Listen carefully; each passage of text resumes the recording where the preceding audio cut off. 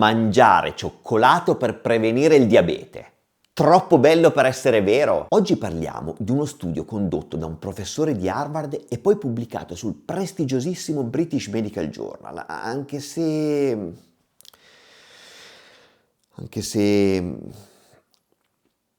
Sì, ammetto, c'è un però. Però intanto partiamo dall'inizio. Un gruppo di ricercatori di Harvard, coadiuvato anche da altre istituzioni internazionali, ha valutato 192.000 persone arruolate in 3 grandi studi americani e arruolati ragionevolmente sani, no diabete, no malattie cardiovascolari e no tumori all'inizio dello studio. Obiettivo della ricerca: capire se il consumo di cioccolato fosse o meno associato allo sviluppo di diabete. E visto che YouTube tende a pagare di più i creator per video lunghi e devo quindi trovare un sistema per allungare il brodo... No, volevo dire, in considerazione dell'esigenza intellettuale che sento bruciare come un fuoco dentro di me, mi permetto di farti notare il termine che ho usato: associato. Il consumo di cioccolato è associato allo sviluppo di diabete. Questa parola apparentemente così innocua in realtà esprime una premessa davvero fondamentale. Lo studio in questione, per come è strutturato, non è in grado di rispondere direttamente alla domanda: il cioccolato previene il diabete? Ma solo a qualcosa del tipo: tra le persone che mangiano abitualmente cioccolato si registrano meno casi di diabete? Se apparentemente ti può sembrare una differenza da poco, in realtà questa distinzione può avere implicazioni drammaticamente differenti, ma ci torniamo tra poco. Prima vediamo i risultati. La risposta emersa dall'analisi è positiva. Positiva ma non altrettanto dolce. È positiva perché un aumento del consumo di cioccolato è effettivamente risultato associato, correlato a un rischio inferiore di sviluppare diabete di tipo 2. Positiva ma non altrettanto dolce perché questo vale solo e soltanto per il cioccolato amaro, quello fondente. I partecipanti che hanno detto di consumare almeno 5 porzioni alla settimana di cioccolato fondente sembrano godere di una riduzione del 21% del rischio di diabete di tipo 2. Purtroppo non viene specificato cosa si intende esattamente per cioccolato fondente, cioè la percentuale, ma ehi, cosa ci sto a fare io qui se non a rispondere a questi dubbi? In genere si consiglia di puntare almeno al 70%, ma più riesci ad alzare la percentuale e probabilmente meglio è. Questo è un consiglio, diciamo che nasce dal buon senso, perché l'ipotesi più condivisa nella comunità scientifica è che la maggior parte dei benefici associati al consumo di cioccolato fondente derivi dal suo contenuto in flavonoidi, che tuttavia diventano progressivamente sempre meno presenti con la diminuzione della percentuale di solidi del cacao, il vero scrigno contenente le sostanze più attive. Anche se è una semplificazione, è sufficientemente vicino alla realtà affermare che in una tavoletta di cioccolato al 70% troveremo il 30% di zuccheri, in una tavoletta al 99% invece l'1% di zuccheri aggiunti. Quindi meno zuccheri ci sono in un quadratino, più spazio c'è per i preziosi flavonoidi. In altre parole, più riesci a salire come percentuale di cacao e meglio è, ma se con fare fintamente disinvolto ti vanti con gli amici del calcetto che quella rovesciata al secondo tempo è probabilmente merito della tua abitudine consolidata di consumare cioccolato, per renderla più credibile cerchiamo di non scendere al di sotto del 70%. E questo consiglio di buon senso trova in effetti conferma indiretta anche da questo studio che non ha trovato associazioni significative con l'assunzione di cioccolato al latte, in cui la concentrazione di flavonoidi viene ulteriormente penalizzata dall'ingombrante presenza di latte.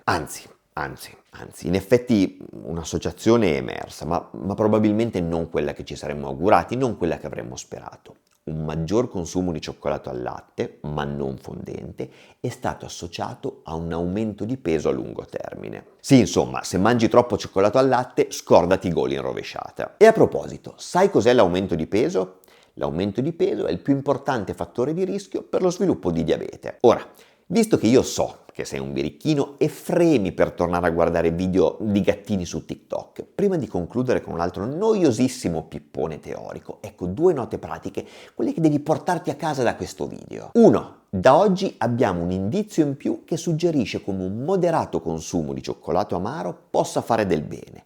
Ma se sei vergine al suo consumo, inizia dal 70% e poi prova ad aumentare molto gradualmente la percentuale, procedendo a piccoli passi solo quando il tuo gusto si sia abituato. E poi 2, sempre da oggi abbiamo una conferma ulteriore che il cioccolato al latte non ha effetti positivi, anzi, ma come sempre succede, questo non significa che sia vietato in assoluto, semplicemente va consumato con attenta moderazione, in quantità compatibili con il tuo fabbisogno calorico, la tua dieta complessiva e in particolare le quantità già abitualmente presenti di eventuali altre fonti di zuccheri aggiunti.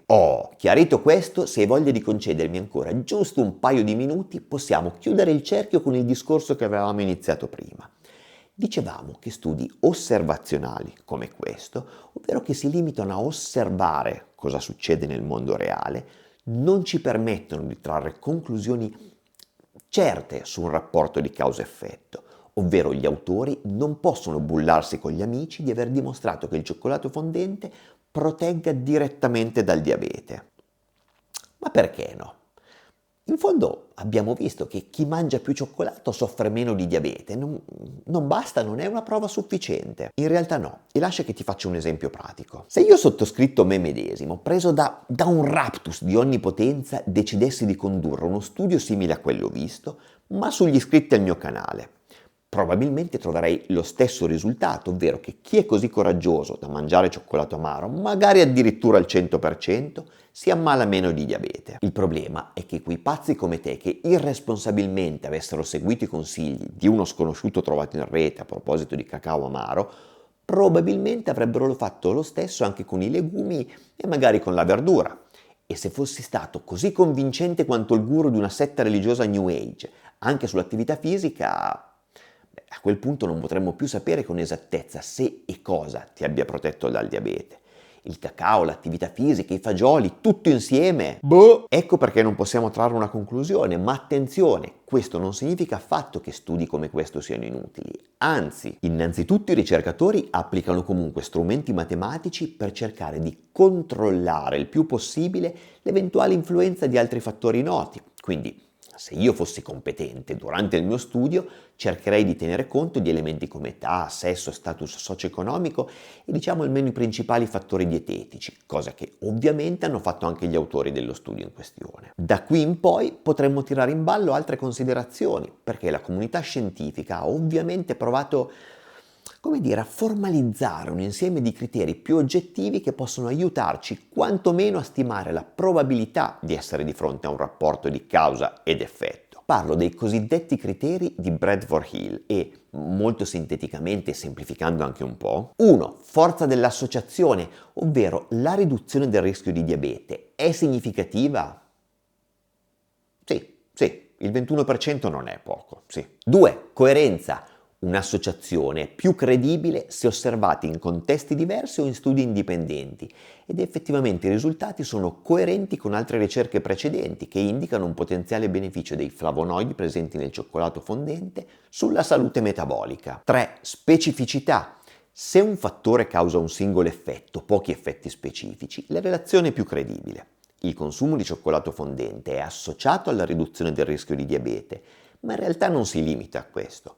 Il cioccolato fondente potrebbe anche esprimere effetti positivi su peso e salute cardiovascolare, complicando quindi un poco l'applicazione di questo criterio. 4. Tempistiche, ovvero la causa deve precedere l'effetto. Sembra banale, lo so, ma è effettivamente di importanza fondamentale. Il consumo di cioccolato è stato registrato prima che i partecipanti sviluppassero il diabete. Questo rafforza l'idea di una relazione causale. 5. Gradiente dose-risposta. Se all'aumentare della dose del fattore aumenta o diminuisce l'effetto, la relazione è più plausibile e in effetti è stata osservata una riduzione lineare del rischio di diabete con l'aumentare del consumo di cioccolato fondente. Più cioccolato consumi, entro certi limiti di buonsenso, più sembri protetto. I partecipanti hanno mostrato una riduzione del rischio del 3% per ogni porzione a settimana di consumo di cioccolato fondente. 6. Plausibilità biologica. La relazione dovrebbe essere supportata da meccanismi biologici noti e, di nuovo, ci siamo. Ci siamo perché i flavonoidi del cioccolato fondente hanno proprietà antiossidanti, antinfiammatorie e migliorano la sensibilità all'insulina, fornendo quindi una plausibilità biologica. 7. Coerenza con conoscenze esistenti, ovvero l'associazione evidenziata dovrebbe essere in linea con ciò che già sapevamo da altre discipline o da altri studi. E di nuovo ci siamo. Idealmente, infine, ci servirebbero prove sperimentali, ovvero esperimenti un po' più robusti e pianificati esattamente allo scopo di osservare proprio solo questo legame, che in effetti vengono anche suggeriti nelle conclusioni dagli autori dello studio. In sintesi, sì, il cioccolato fondente pare sempre di più essere un potente alleato per la salute, ma ovviamente non devi immaginarlo come una cura miracolosa. Il quadratino a fine pasto è una piacevole abitudine che potrebbe avere risvolti concretamente positivi, ma ancora di più, come sempre, ti ricordo che continua a contare tutto quello che hai mangiato prima, durante il pasto, la quantità di attività fisica svolta durante il giorno, la qualità del sonno, la serenità d'animo. Vuoi approfondire il tema cioccolato? Qui e ancora di più qui. Ma soprattutto, grazie di vero cuore per la tua attenzione e la tua fiducia. Però ricorda che uno sconosciuto in rete non può e soprattutto non deve mai sostituire né il tuo medico curante né il tuo nutrizionista, perché solo loro possono conoscere, quindi tenere conto davvero delle tue specifiche esigenze. Grazie ancora. Ciao!